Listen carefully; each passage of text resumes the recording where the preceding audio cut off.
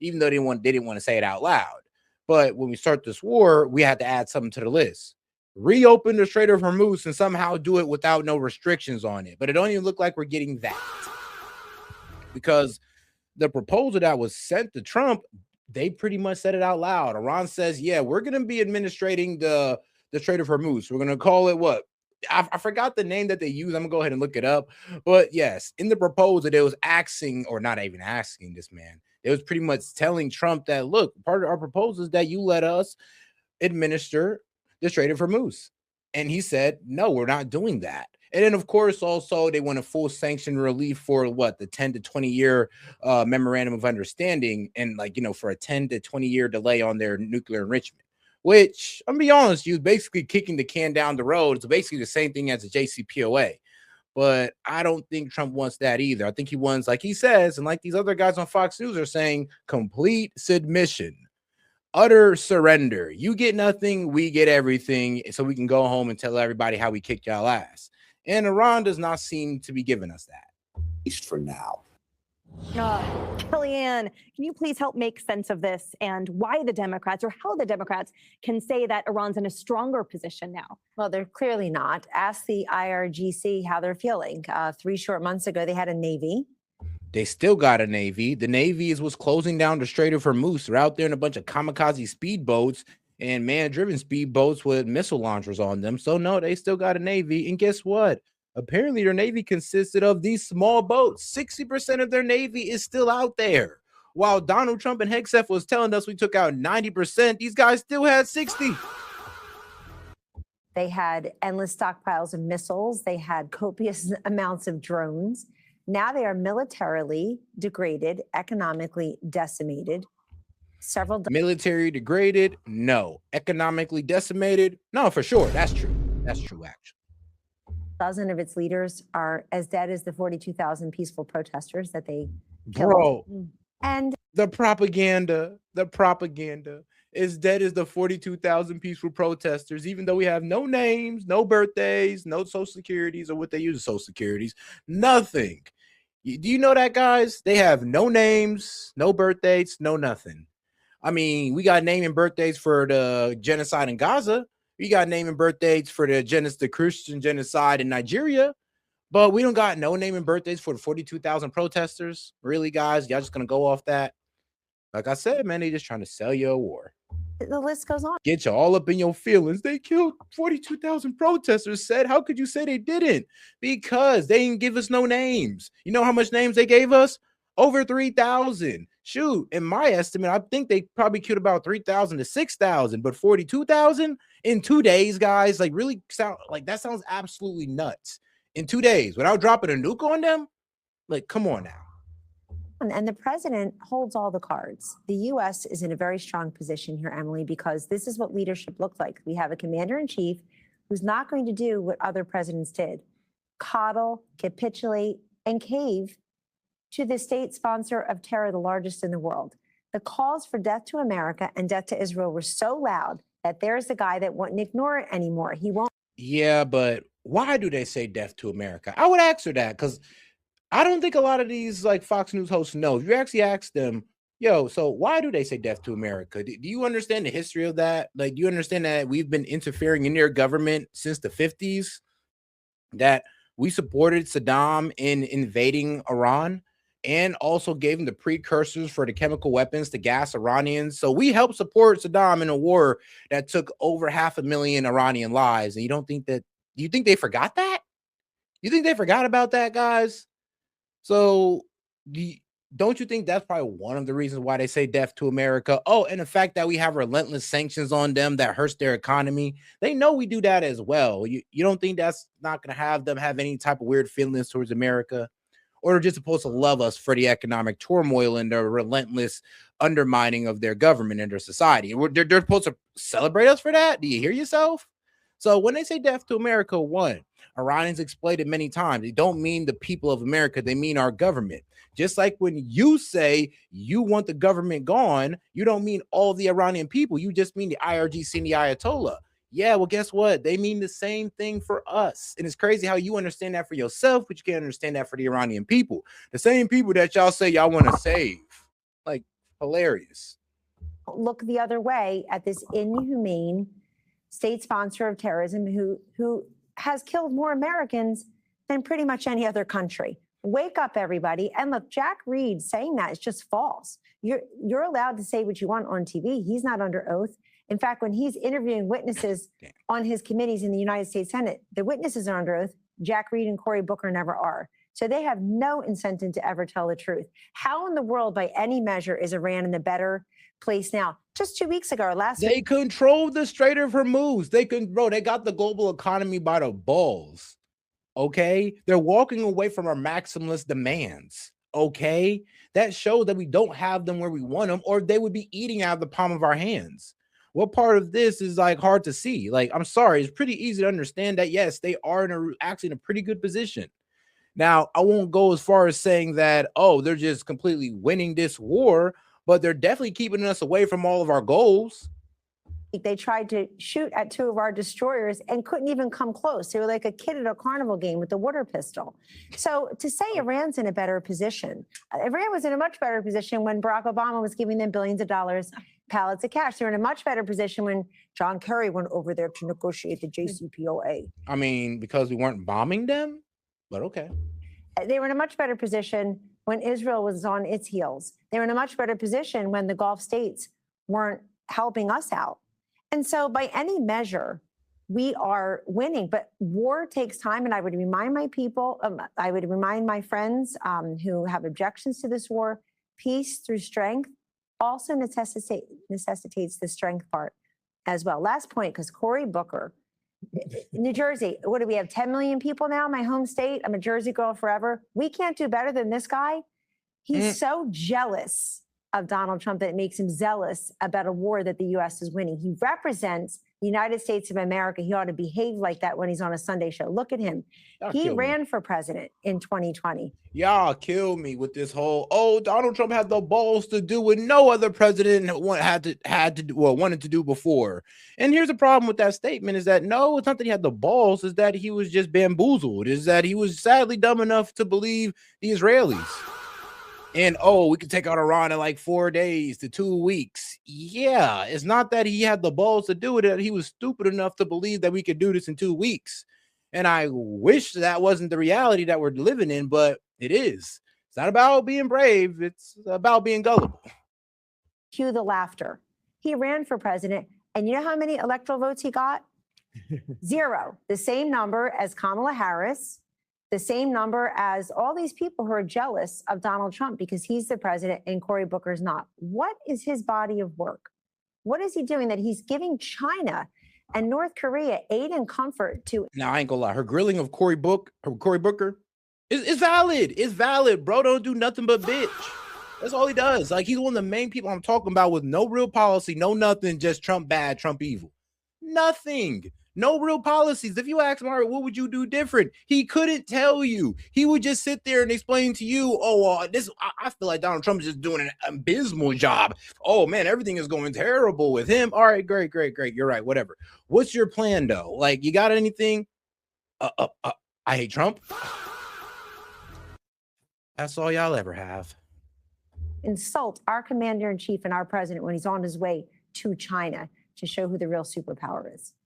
0, the same number of hairs on his head, Kennedy. Yes. Talk to us about and he also was a lackluster tight end at Stanford, I'm told. Oh, I know. that explains a lot, doesn't Exactly it? right. Yes, it does. Talk to us about the future for us and for Iran, like what we could expect, because it seems like the Democrats are expecting either instantaneous results and instant gratification with 0 forgiveness for movement, 2 steps forward, 1 step back. And also it seems like they're unprepared for a stronger alliance with the Gulf states, with the United States, which is what is happening. A stronger relationship, but everybody's moving towards China. A strong relationship, but the UAE gets out of OPEC to produce more oil so they can start selling in Chinese yuan. Oh, okay, yeah. Well, we're building real strong relations in the Middle East, right?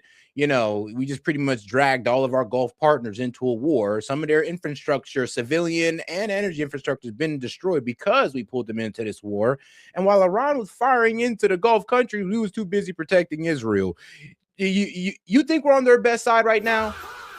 Well, let me tell you something. Do you know that the King of Saudi Arabia refused to let us carry out any more attacks from their bases? Donald Trump had to get on the phone and hop on like, yo, Muhammad, my dog, bro, yo, we still need those bases. And he's like, I don't know, Trump, man. I mean, like, the missiles came and you was over Israel. You wasn't even protecting us. We holding up your dollar. And Trump's just like, look, man, look, we need to go out of your base or we have no real strategic advantage against these guys. And, Muhammad's like, well, I do hate those Iranians as well. So I got you. Just don't fuck us over again. And Trump was able to get us to use these bases again. But the Saudi prince did hold off on us for a little bit, saying that he did not want us to use our base. Now, Trump was able to talk him back into it. But the fact that he even did that in the first place shows some discontent with us. It's interesting. You're absolutely right about that. And I think that the United States and Israel are looking at this in two very different ways. Israel is more hawkish here. They want to extract the uranium from the ground with or without a deal. And they've been telegraphing that pretty clearly. And I think if you look at what the United States is doing, they have a more global strategy. And I don't mean that in terms of the planet. I mean, in terms of pulling out and wanting to make sure that there is peace going forward.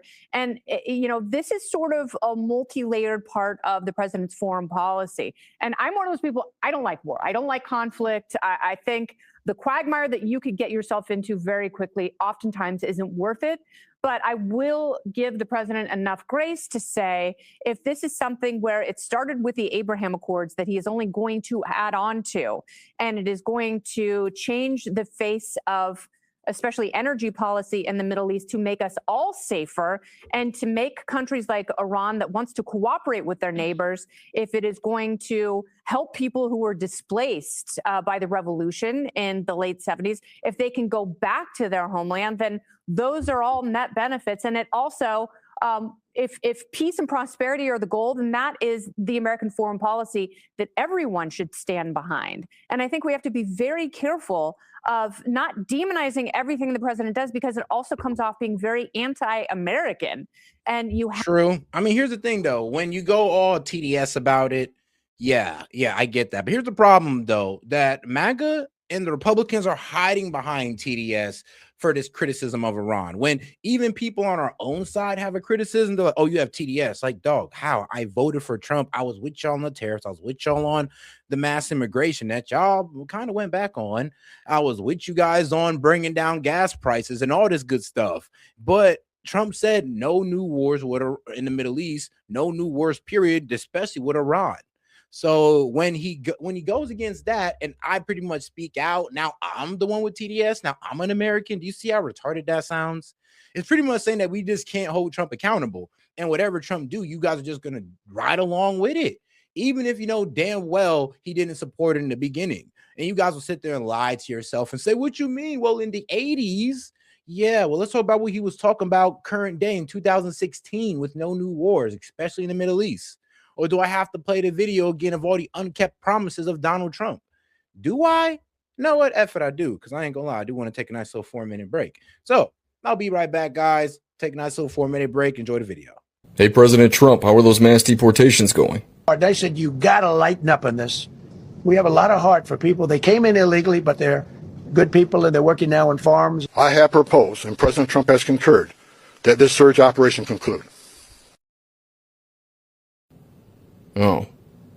Well, surely no new wars in the Middle East like you've campaigned on for years, right? Our president will start a war with Iran because he has absolutely no ability to negotiate. We should have never gone into the Middle East. We should have never gone into the Middle East. Under my leadership, we will turn the page forever on those foolish, stupid days. They said, he will start a war. I'm not going to start a war. I'm going to stop wars. You're not going to have a war with me, and you're not going to have a third world war with me.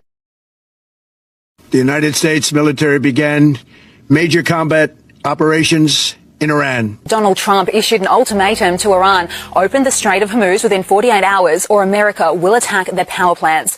Why is the Pentagon going to ask Congress for an additional $200 billion? So we're in very good shape, but we want to be in the best shape. Oh. So why are we going to war with Iran again? You know, if we didn't do that B-2 attack, Israel would have been wiped out. They would have had a nuclear weapon within 2 weeks after that. Because Israel was determined to act with or without the U.S., our Commander-in-Chief and the administration and the officials I just named had a very difficult decision to make. Miriam gave my campaign indirectly and directly $250 million. She was number one.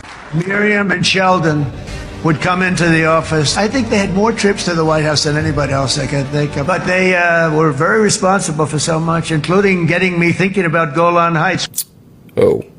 Well, I'm sure there will be zero repercussions for this war, and it's probably only going to go on for like a week, right? As we head into week 4 of this war. As gas prices climb across the country, President Trump pressured allies to help secure safe passage through the Strait of Hormuz. A major shipping route for oil has effectively been shut down amid this war, sending shockwaves through the markets, with gas jumping nationwide from an average of $2.92 in Kansas to more than $5 a gallon in California. Look, gas prices are up. And we know they're up, and we know that people are hurting because of it. Well, at least we as the MAGA movement still collectively agree that child transitioning is wrong, right?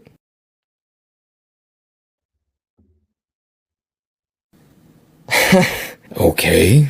How about those Epstein files? So this is a Democrat hoax because they're trying to get people to talk about something that's totally irrelevant to the success that we've had as a nation since I've been president. What this whole thing is with Epstein is a way of trying to deflect from the tremendous success that the Republican Party had. But don't talk about it too much because honestly, I don't want to take it away from us. It's really a Democrat problem. Man, you know what's so crazy about that? Like, there's literally people online that's literally defending Jeffrey Epstein, going like, well, guys, they were 14. I mean, he was preying on 14-year-old girls, guys. That doesn't make him a pedophile.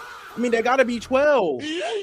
I'm like, bro, it's the mindset. Like, there isn't really a difference between the mindset of a 12-year-old and the mindset of a 14-year-old. I would hope I wouldn't have to explain that to you. But we actually literally got people in MAGA that are defending it, which is... Okay, let me just, I ain't gonna lie. Trust me, I kind of got pissed off during the conversation because I was just like, are you for real? You know, they call y'all pedophile protectors and you're literally making a case for Jeffrey Epstein. Like, for real, bro? Like, dog. But all right. Have to be able to, if there are wins, you have to be able to grant those if you ever want to build upon them if Democrats regain Congress and at some point the presidency. Especially with our military servicemen and women fighting overseas and in harm's way. Charlie, I have a question, and it's on that tack because there's a fissure, frankly, between the Republican Party, where many say that Israel has different objectives and therefore we should not have yoked ourselves to our ally. But to Kennedy's point, don't we have a shared interest in obliterating, to use Hillary Clinton's terminology about Iran, a sworn enemy that the can was just being kicked down the road from prior administrations? Well, I think one of the dumbest things that we have heard from some quarters on the right of Trump supporters or former Trump supporters is this idea that Trump is acting at the behest of Israel. It's absurd, as if America doesn't have any interest in the Middle East in terms of oil and things like that. It's absurd. Donald Trump, if anybody knows anything about Donald Trump, you know, he's not going to be working at the behest of anybody other than, I think, the United States of America. But I think Kennedy also makes a really, really great point. And you're against war. I'm against war. You know who else is against war? Oh, hell. Okay. I'm sorry, but like, bro, that is a big cap. I was like, why are you lying? Like, bro, like, come on. Y'all against, bro, y'all been pushing for war. Fox News, Fox Business, all y'all been doing is, oh no, we need to go back to striking Iran. We need to go ahead and finish the job. We need to start really bombing these guys. Jesse's Waters over here, mouth salivating over what, power plant and bridge day. So I'm sorry, but no, you guys been pushing for war this entire time. You can't sit there and say, I don't want war. You don't want war, bro. Cut the cap. The only person that don't want that war is the liberal at the table. Donald Trump is against war. He doesn't want to do this. He recognized that this was a real problem and it needed to be addressed, so much so that he was willing to do it in the middle of an election year, which there's not a single politician in our lifetime who has ever had the guts to do something like that. And he did it because he actually believed in it.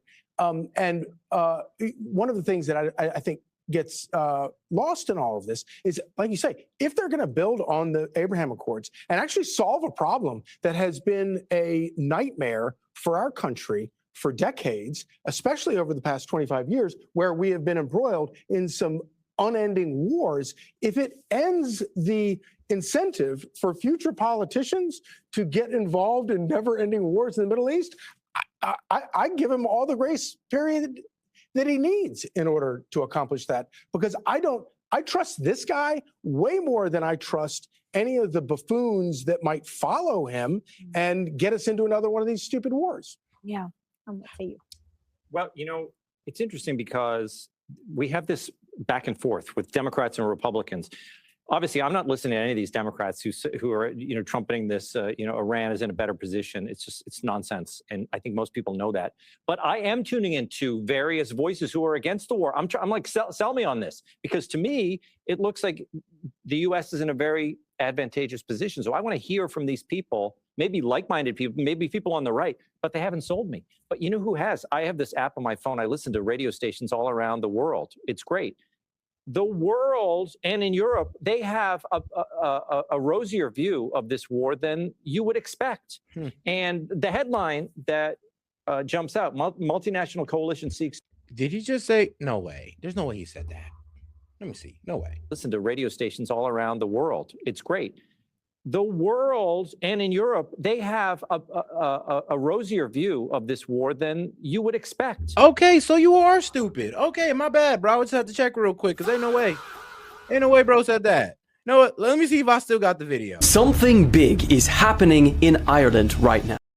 There it is. The world was warned this could happen, and now it actually is. The Philippines just became the first country in the entire world to declare a state of emergency because of fuel shortages linked to the war in the Middle East. This is because a staggering 98% of the fuel that the Philippines imports needs to pass through the Gulf region. And it's not just them. The whole world is now facing its biggest restrictions on fuel since COVID. Slovenia just became the first EU state to begin fuel rationing, so you can now only buy 50 liters max of fuel per day. Meanwhile, the IEA has now advised their 32 member countries, which include the likes of Australia, Germany, Japan, France, and the UK, to implement various fuel-saving measures, including even lowering their highway speeds by 10 kilometers an hour. China have temporarily banned fuel exports to protect their domestic supplies. Australia are facing what's described as a national crisis, where hundreds of their petrol stations are running dry from panic buying and shortages. South Korea have begun considering work-from-home policies and have also introduced price limits for fuel for the first time in decades, along with other countries like Croatia, Hungary, Brazil, and Thailand. Cuba are really struggling this week, with numerous countrywide power cuts only made worse by the fuel shortages. Japan will begin their biggest ever release of oil from their strategic reserves this week. And as for the United States, well, Trump was asked about the Strait of Hormuz, and he said this. We don't need it. We have a lot of oil. We are the #1 producer anywhere in the world times 2.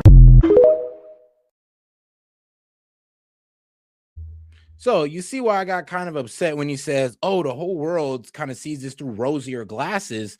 Bro, the whole world is suffering more than us. Like, bro, if we're dealing with $5 here, these guys are dealing with like $7 on the regular. So, yeah, they're not looking at this any better than we are. Actually, they're looking at it much worse, and they're not really feeling the United States right now. Oh, they never were, but they really ain't feeling us now. And trust me, they're looking at this war like it's our fault, like we're being embarrassed on the world stage. They're seeing it worse than people in America are seeing it. So please, bro, like, what type of delusional stuff are you trying to tell the people? What radio stations are you listening to?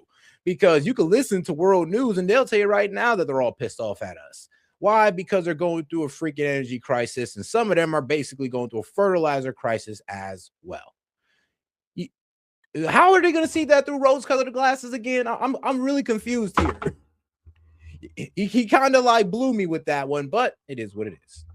Oh, and shout out to my man Noah Joyner. Appreciate the support, my man. He says, take Israel's nukes away. And you know what? I'm in full agreement with that, of course. Take it away, man. That's going to push us towards peace in the Middle East, believe it or not. Because it will. And the headline that jumps out, multinational coalition seeks to secure Hormuz. What are they talking about? The U.S., Israel? No, it's France and the U.K. They're in there now. Add that. Yo, shout out to my man Jay. He's like, Gaslight and Fox News sound like CNN with the Biden BS.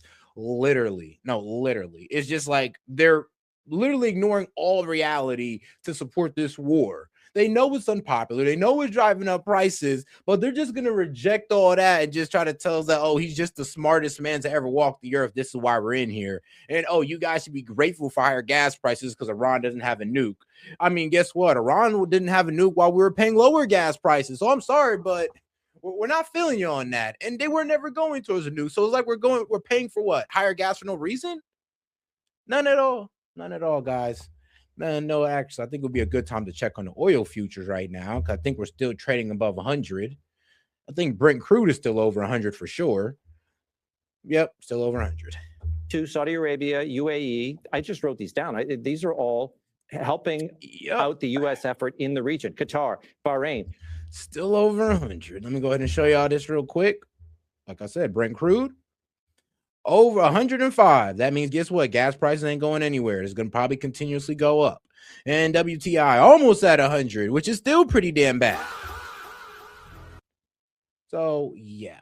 Do you see why people have high criticism of this war? It's just the numbers, man. It's the numbers, aka the prices. Jesus Christ. But for some reason, MAGA don't want to address that. I'm un-American for bringing up the prices all of a sudden. But okay. Okay, guys, you can keep up with that logic as much as you want. All right, now let's get into this Netanyahu 60-minute interview. I wanted to play it, but bro, that's like a 2-hour interview.